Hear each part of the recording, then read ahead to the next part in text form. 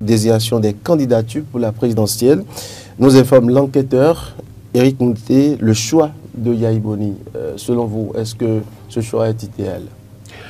Mais non, et d'abord, il faut dire que depuis quelques jours, le parti Les Démocrates est confronté à une difficulté, celle donc de positionner un duo qui puisse faire le travail, qui puisse donc affronter la candidature, donc le duo de la mouvance. On l'avait dit l'autre fois ici que si le président Patrice Talon avait donné l'ordre aux deux formations politiques d'aller s'entendre pour faire sortir un duo, c'est-à-dire qu'il y a des critères qui sont bien évidemment établis. Pour faire sortir ce duo-là. Mais en face, il faut pas oublier une formation politique comme les démocrates qui ont fait fureur lors des élections de 2023. Et qui, on a vu les statistiques. Les statistiques, donc c'est leur première participation aux élections. Donc il faut considérer un certain nombre de paramètres qui puissent permettre à leur duo donc de parti Les Démocrates, bien sûr, d'affronter, parce que c'est ça également le champ politique. Sur le champ politique, il faut donc considérer également d'autres paramètres. Et la question que vous me posez ce matin de savoir si Éric Mouté est le choix idéal. Est-ce que Éric Mouté pèse dans cette balance-là? Est-ce qu'il pourra quand même les aider à atteindre cet objectif? Alors voilà, Éric Mouté, pour ce que je sais, pour l'homme qu'il est, l'homme politique qu'il a été, avant l'avènement de la rupture, on l'a connu comme étant un farouche opposant à Boni Yahi. À l'avènement de la rupture, il a été annoncé qu'il avait donc des acquaintances avec l'homme politique, avec le président Patrice Talon, avant qu'il ne s'éloigne, bien évidemment, et il se retrouve au sein donc de la formation politique les démocrates. Et la première question que tout homme, tout spécialiste bien en analyse politique va se demander est-ce que vraiment la confiance est rétablie maintenant entre Boni Yahi et Éric Mouté pour que Éric Mouté soit le choix idéal de Boni Yahi. Parce que, qu'on le veuille ou non, l'ombre de Boni Yahi plane toujours sur les démocrates. Il n'y a pas cette décision-là. Il faut quand même le reconnaître. Voilà. Et vous vous rappelez que c'est Éric Mouté qui était le président de cette formation politique. Et bien évidemment, après donc, le congrès, au soir de leur congrès, c'est Boni Yahi qui a pris la tête. Il a été dit tout simplement parce que Boni Yahi n'a pas totalement confiance à Éric Mouté. Donc il a repris donc, cette formation politique pour ne pas subir également ce qui s'est passé avec la FCB. Eh bien, est-ce que, d'abord, au sein de la formation politique, est-ce que Éric Mouté a les marges de manœuvre pour concilier, pour rallier toutes, je dirais, toutes les voix, ou bien tous les courants politiques au sein de cette formation politique? Parce qu'il ne faut pas l'oublier. Il ne faut pas oublier. Ceux qui sont dans les démocrates sont également ceux qui proviennent donc des autres formations politiques et qui également ont envie de faire le chemin également de faire l'expérience. Et quand on me demande est-ce que Éric Mouté est le choix idéal, je me demande, bon, nous à Tchadi, à quel niveau? Nous, NDS Saka Saleh, oui, à quel niveau? Récemment. Voilà. Et il y a également les jumeaux, comment on appelle, oui, tout à fait. qui également nourrissent l'envie d'être positionnés. Oui, il y a également d'autres voix, oui, qui sont là et qui souhaitent d'être positionnés. Mais quand on prend tout ce beau monde-là dans la balance, Éric Mouté pèse devant ces gens-là parce que tout simplement, il a un parcours politique, l'expérience politique qu'on connaît. Il y a une base politique qu'on connaît. Mais à côté de ça, est-ce que véritablement il a cette confiance? Parce que quand on vous positionne en tant que candidat, c'est forcément que vous aurez besoin de l'onction Tout à fait. Quand on parle de démocrates, ils ont option de Boni Yahi pour l'accompagnement. Vous savez ce qui s'est passé. Il était là.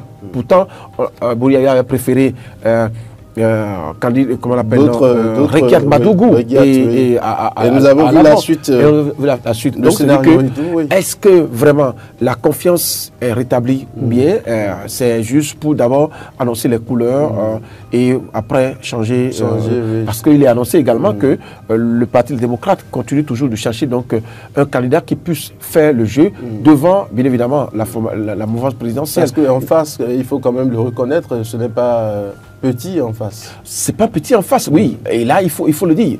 Talon a annoncé qu'il sera de plein dans la politique, donc dans la désignation de duo, il sera plein dedans. Oui, c'est vrai, il a dit allez vous entendre, mais entendre sur quoi? C'est quel critère?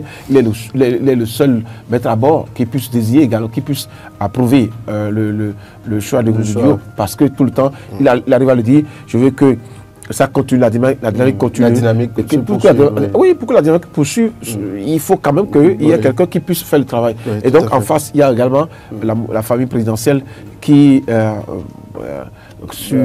peser dans la balance. Dans la balance du choix donc, du duo des démocrates. Allez, Mbagou, oui. Vos appréciations?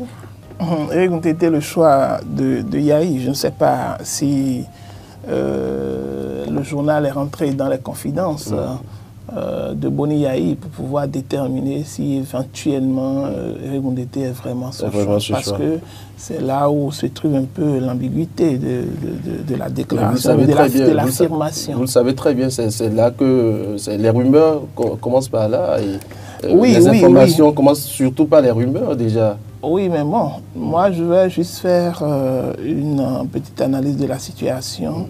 Parce que je ne veux pas déjà prendre cette affirmation du journal comme une parole d'évangile, comme une parole d'évangile. Et donc, je ne pense pas que, connaissant Boni Yahi, je ne pense pas qu'il puisse décider de faire un choix sur Erigondete. Si c'était le cas, si c'était le cas. Non, ça ne doit pas être le cas et ça ne peut pas être le cas. Non, on suppose. Non, je ne veux pas rester dans une supposition. Je ne veux pas rester dans une supposition. Je veux rester dans une logique assez claire. Parce que lorsque vous voyez les enjeux de 2026, d'abord, il y a ce parti-là, les démocrates, qui essaie d'imprimer sa marque au sein de la classe politique et au sein de la population également, à travers diverses sorties, à travers des récupérations d'événements qui surviennent au niveau du pouvoir. Et donc, dans ce climat-là, il était question de pouvoir aussi essayer de trouver un choix judicieux par rapport au duo présidentiel de 2026. Tout à fait. Et donc tout le monde était incertain sur la question, puisque même à plusieurs reprises dans nos débats ici, on s'est demandé, on s'est posé la question de savoir mais, pourquoi cette lenteur, d'accord, des différentes formations politiques à pouvoir déjà nous présenter leur duo de candidats. Et donc, il y avait déjà cette question, cette interrogation où il y avait la méfiance. Est-ce que ce n'était pas la méfiance? Est-ce que ce n'était pas le fait de ne pas pouvoir vite dévoiler son candidat afin de pouvoir fragiliser sa position? Est-ce qu'en déclarant vite ce candidat-là, ou bien ce duo de candidats, est-ce que ça ne va pas donner suite à des contraintes liées de fragilisation liées peut-être aux tests, liées aux lois, liées au quitus fiscal, liées en tout cas à tout ce que vous savez comme procédure électorale. Et donc, il serait difficile déjà au niveau de l'opinion, qui avait déjà soif, qui avait déjà ce besoin-là à ce que les partis politiques puissent leur dire, leur montrer déjà quel est ce choix de duo de candidature. Mais après ça, il y a une véritable question qui s'est soulevée, c'est la question de la transparence au niveau des partis politiques où il va falloir aller par exemple aux élections, aux primaires par exemple, le choix du duo présidentiel. Parce que c'est en cela que va se déterminer en réalité le jeu démocratique. Tant prôné aujourd'hui par les démocrates qui voient également dans le système Yahi, dans le système Talon, un système pas totalement démocratique. Alors lorsque vous passez tout votre temps à critiquer les autres, lorsque vous passez votre temps à remettre en cause un certain nombre d'acquis, liés par exemple à la liberté des uns et des autres, par exemple aux poursuites judiciaires qui n'ont pas forcément de raison valable. Et dans ce cas-là, il faut que vous-même déjà au sein de votre parti, les démocrates, qui est un parti d'opposition, à montrer le bon exemple. Le bon exemple, ça revient à quoi? À pouvoir mettre en tout cas des stratégies, pas seulement des stratégies, mais à pouvoir rendre le jeu démocratique dans le choix du duo présidentiel. Et donc, dans ce jeu démocratique, c'est qu'il faut forcément aller aux primaires.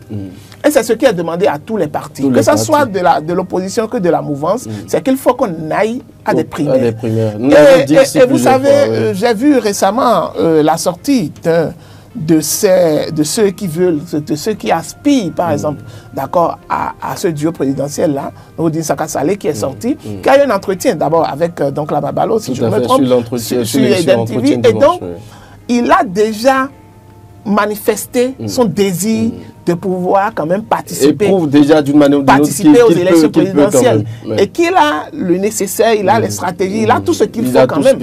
Et ce qui est intéressant dans tout ce qu'il est allé dire, c'est que il a demandé, même déjà au sein de sa formation politique, les démocrates, qu'il veut quand même qu'il y ait des débats d'idées. Tout à fait. D'accord. Et donc si aujourd'hui, je ne peux pas refuser au président Boni Yayi d'avoir un penchant pour l'un des candidats, comme peut-être en la personne d'Éric Ngoundété.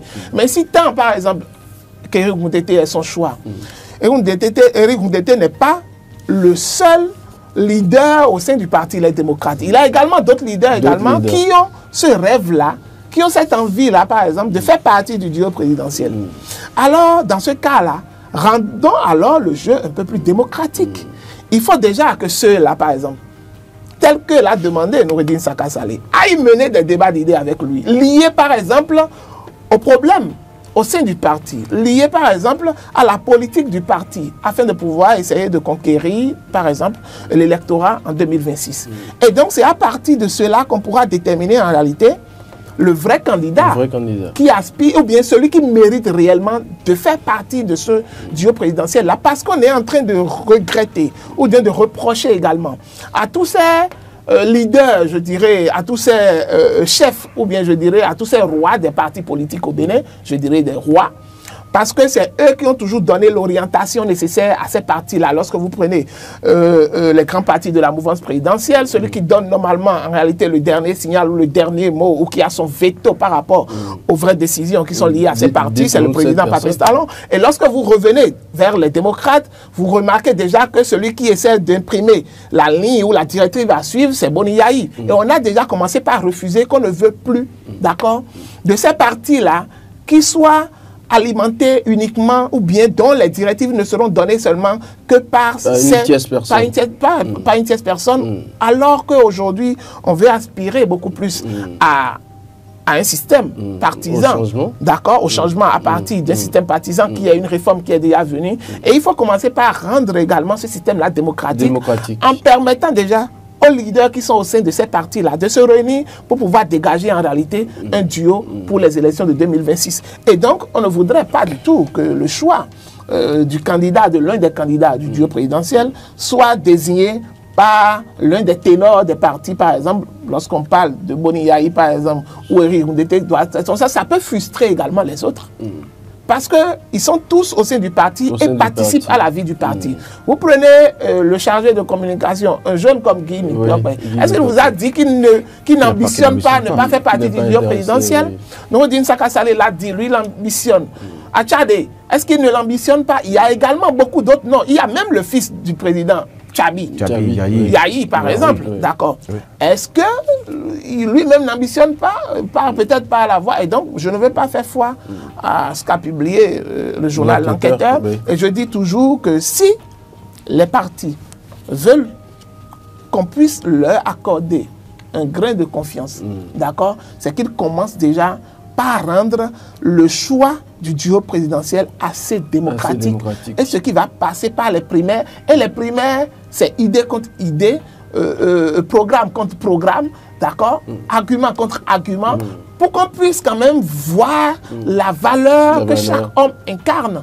Puisque déjà, on est en train de critiquer le fait que l'on puisse nous amener des candidats sortis de nulle part, des candidats indépendants. Et à la dernière minute, on a vu le scénario qui s'est passé en 2016. Et donc, on a vu parfois, on n'a pas besoin d'aller choisir des candidats qui viennent de nulle part pour vouloir imposer ce choix au parti. Ça a montré ses limites et ça a montré les insuffisances qu'il y a. Et donc, lorsqu'on va décider de pouvoir demander à ces grands ténors de ces partis-là de pouvoir avoir un choix particulier par rapport à ce duo présidentiel en ne rendant pas le jeu démocratique pour qu'au sein même des partis-là, ce jeu démocratique puisse se jouer, pour qu'on puisse participer aux primaires, afin d'élire ou afin de choisir donc, le duo présidentiel. Donc, vous invitez Yaya Boni à ne pas commettre la plus grande erreur. Exactement, la plus grande erreur en disant qu'il fait le choix d'un des leaders de son parti politique, les démocrates. Ce serait très grave, ce serait une erreur à l'heure actuelle où on est, parce que ces critiques ont commencé depuis fort longtemps et il ne faudrait pas qu'on assiste à cela.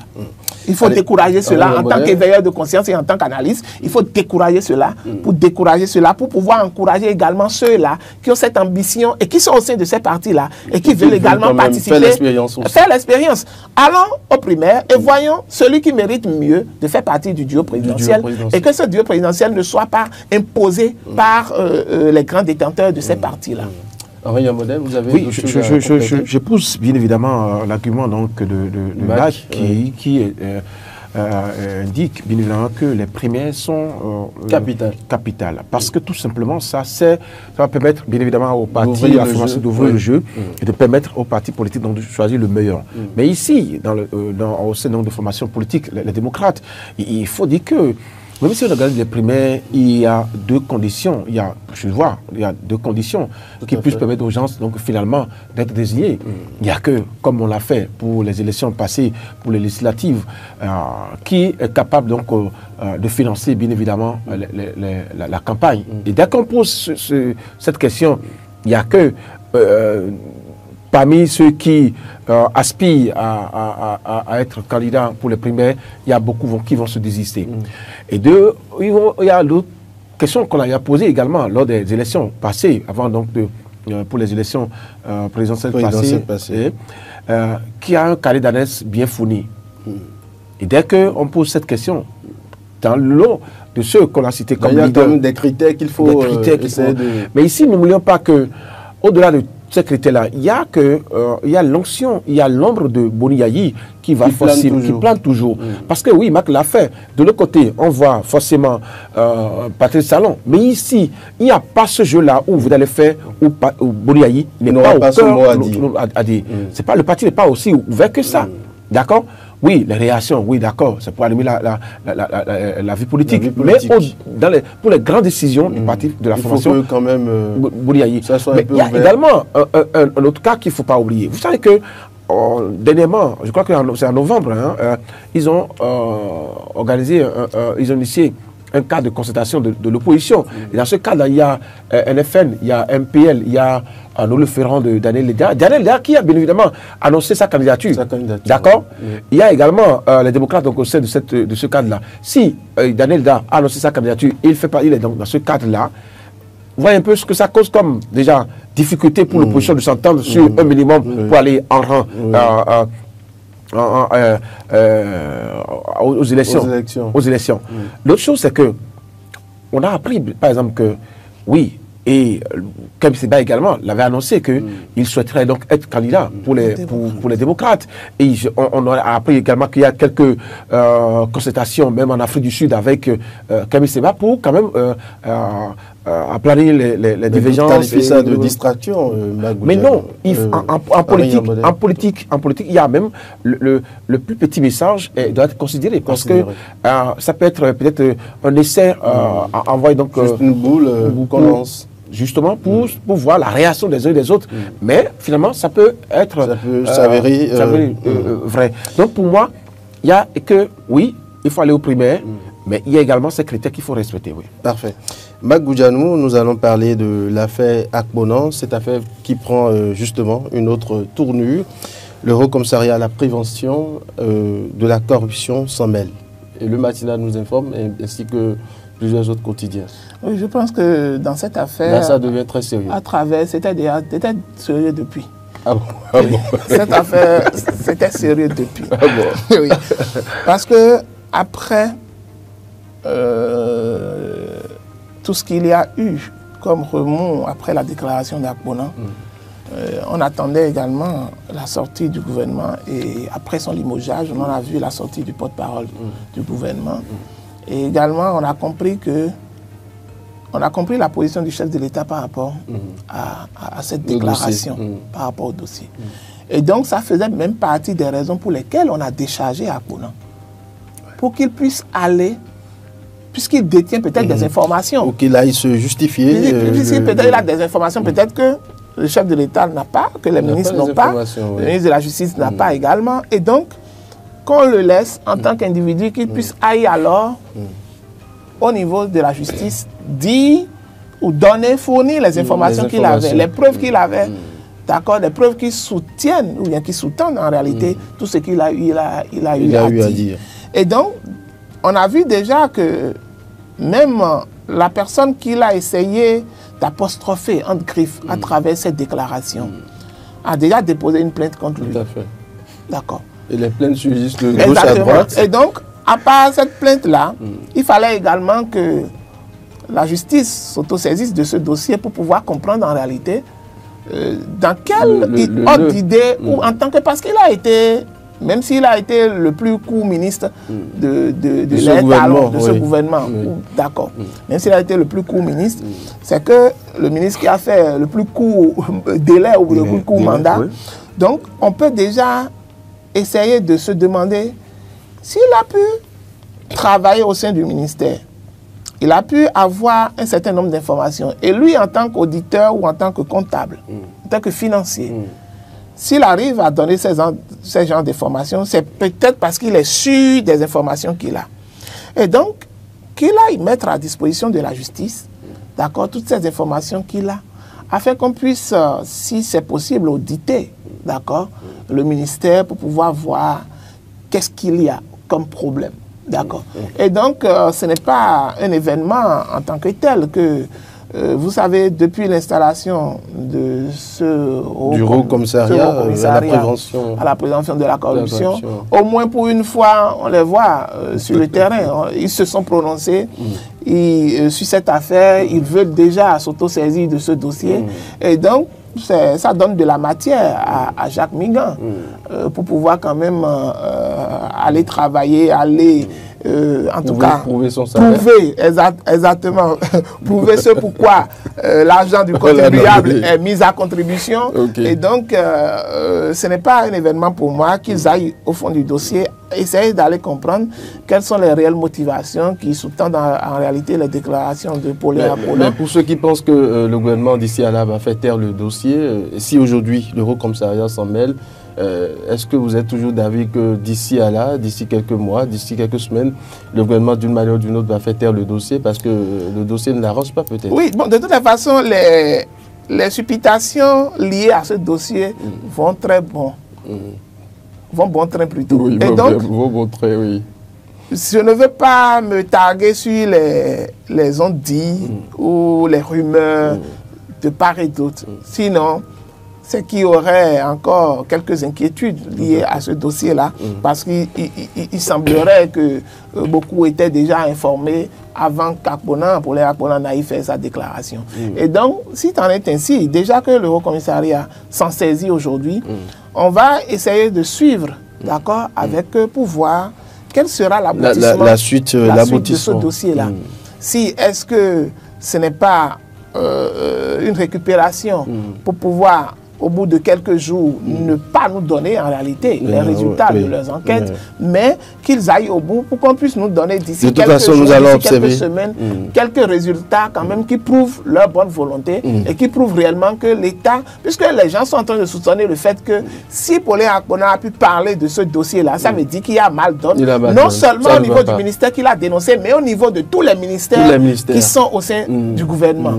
Et donc, quand il y a mal donné de ce fait, il faudrait clarifier les choses. Parce que beaucoup déjà sous-tendent l'idée que ça veut dire qu'il y a mauvaise gestion au niveau des ministères. Il semblerait qu'il y a mauvaise gestion au niveau des ministères, mais que le pouvoir en place essaie de camoufler. Et donc, Paulin Apollon a été le fer de lance, c'est lui qui a décidé de faire sortir tout cela. Alors, il aime la justice.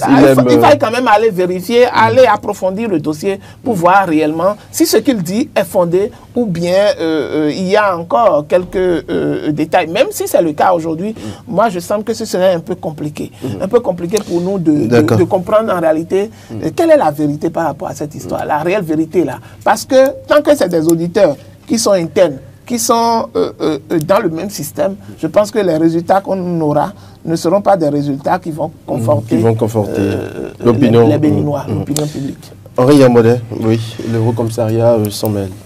Oui, comme l'a dit Mac, l'affaire a pris une tournure depuis fort longtemps. Et donc, le Haut Commissaire Jacques Migan, qui aujourd'hui décide de voir clair dans cette affaire, il vient jouer son rôle. D'accord? Et jouer son rôle pour prouver bien évidemment qu'il est présent sur tous les fronts. Mais il y a quelque chose qu'il faut pas oublier. Je me demande, est-ce que le haut commissaire aura les coups de franche pour aller au bout de son investigation?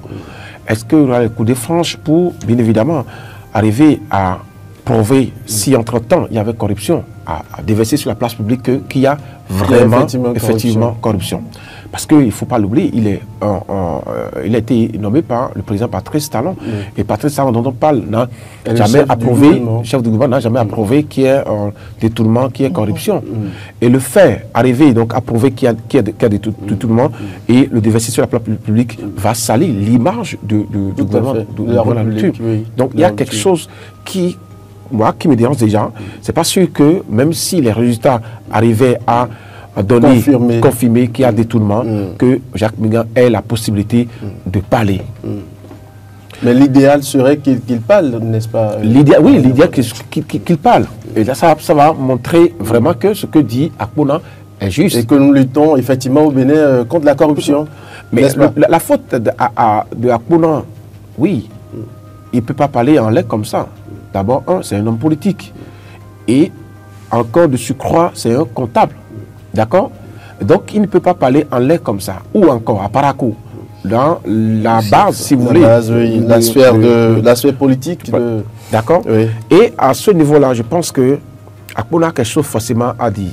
Si on laisse la politique de côté, il a quelque chose forcément à approuver, à apporter. Non, mais est-ce qu'il a quelque chose? Parce que quand on lit le communiqué, il se confond en excuses. Il n'a pas pu brandir des preuves. Jusque-là, Henri Yamodé. Dans ce